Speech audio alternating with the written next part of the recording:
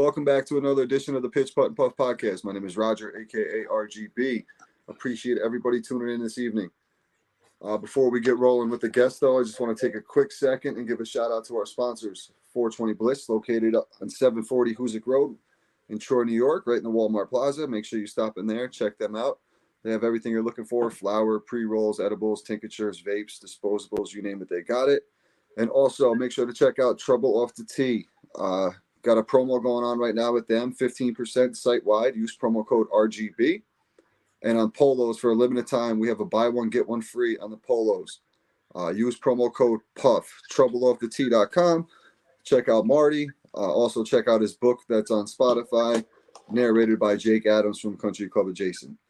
But tonight we're going to go back out to the West Coast. We have Tony from Skuld Golf. Tony, welcome to the podcast. Thanks for having me. Appreciate you taking the time and coordinating the East Coast, West Coast coordination. I appreciate that. Why don't you tell us a little bit about yourself, how you got into golf, and how the clothing line came about? All right, thanks. I've been golfing for a long time, but you could never tell, by my game. I've been doing design and marketing forever. When I was 20 years old, I got a job at the Upper Deck Company, the trading card company. Yeah. So it was just a bunch of young kids. It was before computers. We were in Yorba Linda, California.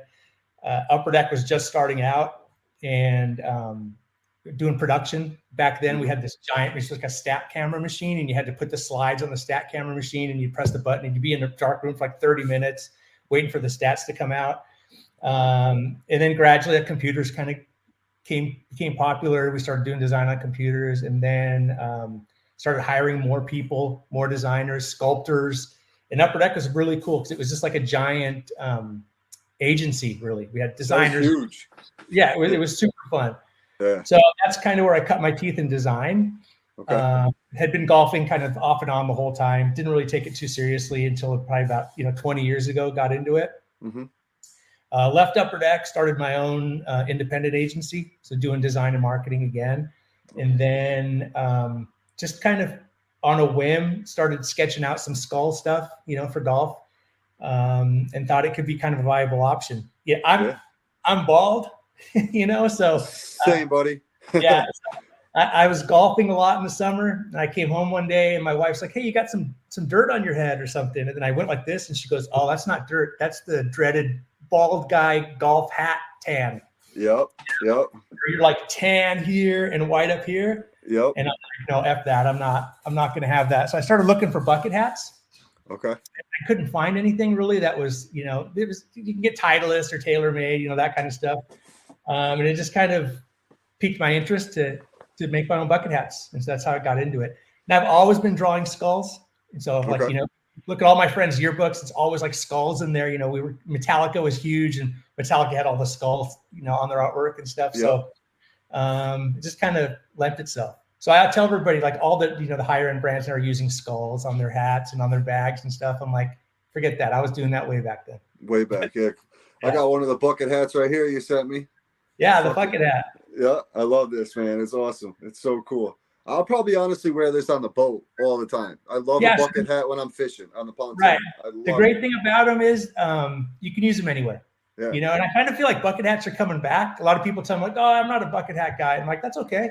There's other stuff out there, but fishing, hiking, they're waterproof. They're UV repellent. Oh, nice. So antibacterial. So, they're cool. It's good quality stuff, and it's been fun to do. It's a saturated market, but I keep my overhead really low and just trying to build the brand, through you guys and, opportunities like this I appreciate it. Absolutely. Yeah. Cause I'm definitely going to get you on the Upstate Golf guys as well. I know you sent Anthony a couple hats last week. He was excited about. I got the text message as soon as he got home to the mailbox. Yo, look what I got. I'm like, I told you, man, it's good quality stuff. Yeah. Everybody's been really good about that. When they get it, they do little videos of opening the box and stuff. It's fun. Yep. My dog just came in here. He's trying to sit on your lap, see what's going on. Yeah, he only wants to pet him the whole time. Here's a different voice. Who the hell's that? What I was gonna say though is that's the thing with me too.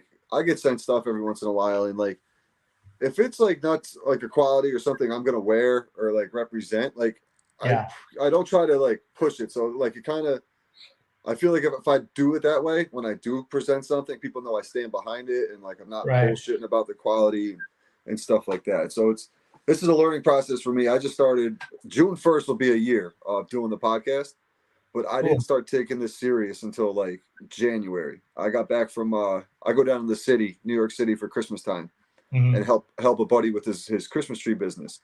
And when I was coming back, I had a conversation with one of my friends. He's like, dude, you either got to be all in or all out with the podcast. And I was like, all right, I guess I'm going to go all in. And I started networking and doing interviews. I wasn't doing interviews before. I wasn't doing video. I wasn't doing any of that. Right. It was me talking about the guys. And then I had 140 followers at Christmas. And then I'm like just a couple away from 1,600 right now. And it's all just because of social media, networking. It's crazy. You got to start somewhere. I did this kind of on a whim just because it's my background to sit down and design. So every day I'm designing more shirts and more hats. And my wife just looked at me and she's like, just go all in on it, push it. So it's difficult. It's a saturated market for sure. I didn't realize it because, I go to my club, I would just buy a hat, but you start looking on Instagram for golf hats. It's like, woo, like 10,000 golf hats. But I tell people all the time, hamburgers is a saturated market too. You go down the street, there's like 40 different hamburger places. They stay open. Just giving people a choice. Having fun with it. All my friends have been really supportive. My wife, my family's been supportive. I have 2 boys that golf. My older daughter is a little bit into golf, but her and her husband have bought some hats. It's fun. Yeah, because you could wear them. Like I wear this with everything. I love, and I'm all my outfits mostly. I don't do colors. I'm colorblind, so everything's black and white for me for the most part. So I know I match, and so like I wear black and white. When I got the hat, I was like, oh, this is perfect. I can literally wear every single one of these with every outfit I wear. I don't have to worry about it. Yep. Frontwards, backwards, doesn't matter. It doesn't matter. I mean, that was kind of a good thing for me to think about because right now the trend is, I don't want to offend any brands out there because everybody's doing amazing, but it's like frat boys threw up on their polos. Yeah. Stuff everywhere. And that's, I don't wear that kind of stuff. So I'm the same with you, black and white guy, just real kind of tasteful. So I stuck with, black and white with the hats. I want to do a green. I want to do a blue. And, just move on from there. Yeah. That's the tough thing is that it is the saturated market, but I feel like, and it's just becoming that way because of how like popular the game is really getting, I think. Yeah. And the style, like if you go to a course, a local, like municipal, you start to see the joggers, you see the guys in the hoodies, like just a more casual look opposed to the shirts tucked in and the old school way of playing golf and showing up to the course. And I think courses are kind of going to have to get a little bit lenient with the dress codes and stuff like that. I think they have been for the most part. Like I remember when hoodies, people would be like, what, wear a hoodie on a golf course? Yeah. Now everybody's wearing hoodies. Everybody. And in San Diego, we have everything here in terms of golf. We have a place in Oceanside called Goat Hill, which has been around since the 50s. People go in flip-flops. You could bring your dog. Great course, great group of guys that run it. And then we have, Rancho Santa Fe that has the super high-end country clubs where, you don't change your shoes in the parking lot, that kind of thing. Yeah, so, right. And that's how I am every day. I go into work at 4 a.m. and get out at noon. So I usually have like a 12:20 tee time. Yeah. And I'm getting there. I'm changing into my shorts real quick. I'm throwing my tie in my shoes on the way, the golf cart on the way down to the tee box. Venmoing the guy at the clubhouse because I can't get up there in time to pay him or I'll be late for my tee time. Yeah. It's a mess. The only time I get to like show up and practice and warm up is like my Sunday round. That's it. Yeah, it's tough. You got kids, you got a job. It's difficult, but it's tough. The cool thing is after starting this, I play as a single a lot. I have a group of guys I play with on Saturday, but I go out during the week as a single and I meet people from all over. I play at one of the nicer courses in San Diego called Maderas. Okay. So people come from all over and they look up. I always ask them, how'd you find the course? Well, we look up what courses to play in San Diego. And it says Torrey Pines and it says Maderas. Right. And it's fun just to talk shop with them. They ask what I do and I go, oh, and I carry cards in my bag. I go, I have a little golf brand. And they're like, oh, cool. And then I have a bunch of stuff in my car. I said, come by after. I'll give you a couple hats or whatever. And so it's fun. It's a nice extension as to when you're out there. It gives you something to talk about. Gives you kind of something to shoot the shit for. And you're marketing right there on the course too. You got the hat right on, so they're going to ask you about that. And if you go out and play with random people all the time, it's just more exposure for yourself as well. Yeah, exactly. That's a great idea. The response has been really cool. Like I said, it's saturated, but everybody's been really genuine about it. And it's not my livelihood. Yeah, it's just kind of a side hustle, but I wanted to kind of grow and move into it because it's fun, and people should do what they like to do. Yeah, enjoy it. And life is too short. Enjoy what you're doing. Do something that you're going to enjoy doing and not make it feel like work. That's like this with me, just meeting new people all the time. I have so many people out in California that I've had on the podcast, and like there's a group out of Inland Empire, down near LA, I believe. Yeah, I just saw that you posted that. Yeah, the Legends Golf Crew. So those guys are great. I had those guys on. But then they connected me with the vendors that they have at their events. So then I had different people on, and it's just a cool experience to see some of the different things that are available. It's like super cool. I typically golf when I go out of town. I have my high school friends that I golf with. So I have 3 friends I've known since high school, known actually even before high school. So we get together and we take trips in golf, but a couple of them live towards an Inland Empire area. So a lot of times we'll meet kind of halfway between San Diego and Inland Empire, of course. Yeah. If you ever go down that way and you want to get one of those tournaments, man, let me know. I'll hook you guys up with Michael over at Legends. He's a great dude. Those guys look like they have a great time out there. That's what golf should be. Great time. I don't think once I kind of learned how to play a little bit better, it's funny when you're a beginner, you get really pissed, right? You're like, throwing the club, I should be better than this. And then you get a little bit better and you go, no, this is as good. Unless you're practicing and taking lessons and dedicated, this is kind of as good as you're going to get. Mm-hmm. And now I just enjoy it. I'm just out there literally like smelling the roses, as they say. How'd you get into golf originally? Like back in the day? So when I'm 54 and I graduated high school in 1988. Okay. Golf, like the golf team was not a thing. Like I don't know if anybody on our golf team broke 100. Right. So golf wasn't a thing. My friends, there was a couple of courses in the city I grew up, and my friends kind of got into it. And one of my friends at the time, his like uncle gave him like a big leather bag with the persimmon woods and and I said, hey, can I borrow those? And he's like, yeah. And we went to a couple small courses by us, and we just kind of got into it. It was just something to do, and tote around and drink some beer and have some fun. And then you kind of get addicted to it. So fast. It's the most addicting thing ever. Like because I played football, baseball, basketball my whole life. And I was a halfway decent athlete. But when I came out on a golf course and I was like, you could throw a baseball at me, 85, 90 miles per hour. I'll hit it. I'll make contact. You set that little golf ball in front of me. I was swinging and missing. I'm like, what is happening right now? It kind of gets in. It pisses you off a little bit. Oh, dude, I was so pissed because the guys I was golfing with were on the high school team. But I was a better athlete in every other sport than them. But they're hitting it 220 down the middle. They're chipping good. They're putting good. By the 3rd or 4th hole, I'm just drinking the beer or driving the cart and drinking the beers. Like, this isn't even fun anymore. And my biggest problem was I played baseball left-handed, but I had no left-handed golf club. So I was out there golfing righty. Still am. But I just figured it out over time. But it's been a process. This is my 6th year playing. I'm 40. I just started playing pretty much. So I was shooting. Go ahead. Yeah, I've started such a long time ago, and I got some good advice that I didn't take when I first started. One of the guys I worked with at Upper Deck, he was a good golfer, and he said, you should take some lessons. I'm like, come on, no lessons. Just going to go out there and, have fun. And I should have taken lessons back then because it's like a homegrown swing. But, it's a game for a lifetime, which is great. Right. And my boys, they played baseball and, other sports in high school. And they're in their mid-20s, early 20s. And now they're both really into golf and their friends are into golf. And they say the same thing. Why didn't we play this earlier? Yeah. Why do we beat up our bodies playing sports in high school? We should have just played golf. Yep. And I even played after high school. I played men's league basketball and men's leagues and flag football until I was 34, 35 years old.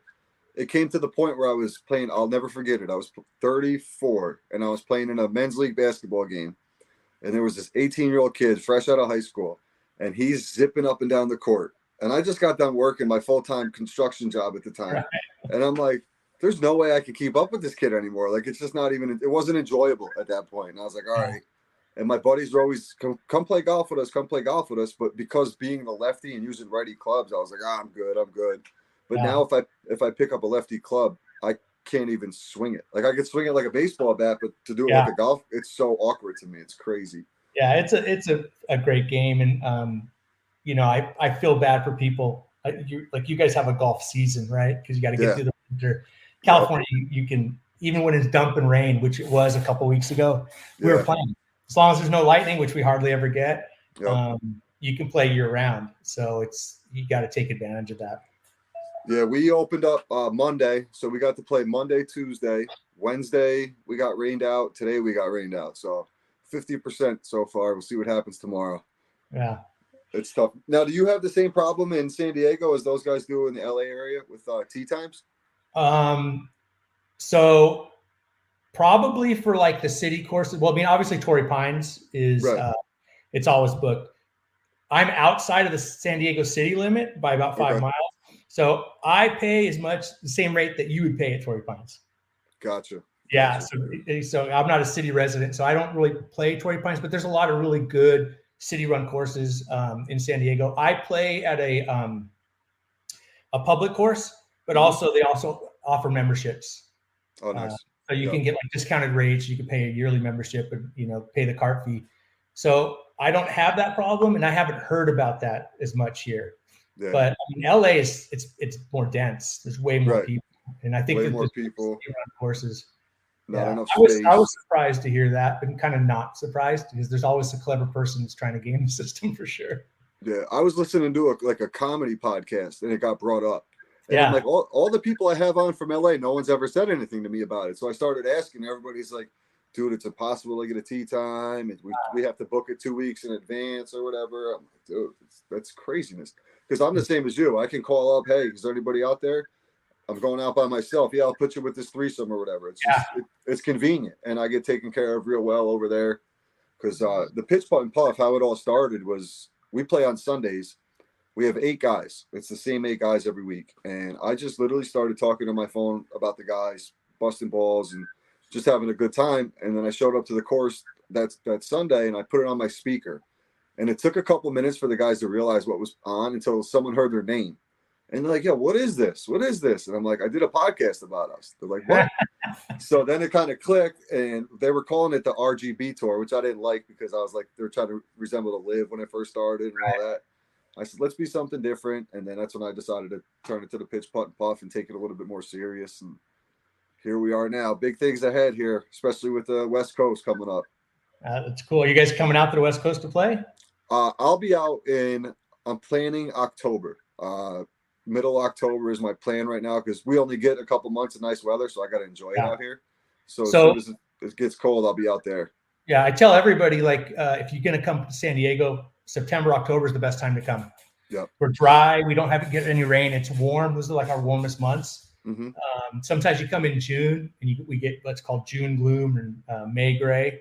Sun never comes out. If you're playing Torrey Pines, it's drizzly. Yeah, kind of a heavy air. You don't want to go all that way and have a shitty weather out there for that.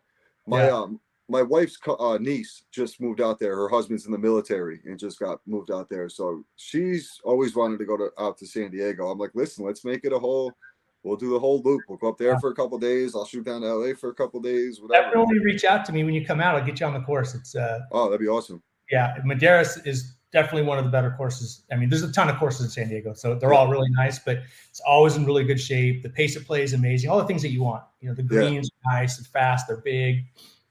It's a challenge. That's what I love. So what's your plans going forward with Gold Golf for the 2024 year? What's your plans in the opening year? I mean, I'm trying to grow it, through social media.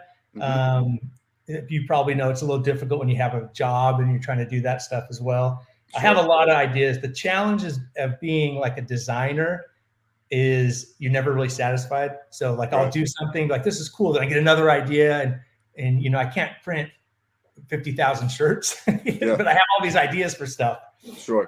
I'd like to grow it. I'd like to be able to get it out there and get people interested in it and excited about it. It's fun to do. Golf is great. people are really into golf. And, once you start diving into it, San Diego's awesome because we have all the companies here. We got TaylorMade, we got Callaway, we got everything here. So I'm trying to give it kind of a West Coast vibe, but keep it open. And I'd like to grow it for sure. I want to get into polos and different stuff, but starting slow. I don't want to get ahead of myself and get over my skis. Sure. Absolutely. Yeah. So I usually like to end the podcast with a couple golf-based questions, if that's cool. Yeah, for sure. What's your favorite club in your bag? Believe it or not, it's my driver. Really? Okay. You're the first person to say that. I know. It's weird. I know. Everybody probably says their 7-iron or their putter. I get made fun of. All my buddies hit it further than me, but I always find the fairway. Okay. Fairway Tony. Yeah, I just like the driver for sure. Oh, well, mine's my 7-iron because it's the most versatile. It's the first club I started hitting straight when I was playing. Yeah. And then I started trying to do different things with it, keeping it low and bumping runs and all that stuff. Right. You've probably played some really nice courses, obviously, with Torrey Pines and everything. What's your favorite course you ever played? You got to say Pebble Beach. Oh, nice. So, yeah, we did a Pebble Beach trip, and it was unbelievable. It started to rain on us, and one of my high school friends had, the hat, the thing over his head. He had gloves on. He looked like he was wearing a burqa. We could just barely see his eyes. But it was part of the ambiance of being there. Right. It was gorgeous. That's so cool. Definitely Pebble. That's an easy answer. Everybody's going to say that. But if you get a chance to play it once and walk, for sure, it's great. That's cool. Yeah, that's like a dream course of mine is to get now. I remember the old school Tiger Woods video games playing Pebble Beach all the time. And it was just like, if I could go somewhere and play, this would be the course that I would want to play. Yeah. Because we don't get the effects up here of like the ocean breeze affecting the ball and stuff like that. I played a course down in Aruba. Probably when I first started playing, so 5-6 years ago, and I was terrible at the time, and like I didn't understand like how the wind factor was going to be such a big deal. It was literally probably the first, maybe second year I was playing, and I was hitting the ball, and I'm like, oh, it's going straight. The gust of wind would come off the beach, and boom, gone. I'm like, oh man, it's gonna be a long day, and that it was. What's one thing you want to improve in the course this year? For sure, compressing my irons. It's just some days you got it, just feels so crisp and they're just flying. And the other days you don't know what the hell you're doing. Yep. So that's kind of why I like my driver. You don't have to compress the ball. That's okay. I get it. Yeah, for sure. But definitely that. That's great. That's great because that's literally like I hit my irons really well, but I don't hit my driver good at all. I have trouble off the tee all the time. Well, Tony, man, I really appreciate you taking the time. I really appreciate the hats and the merch.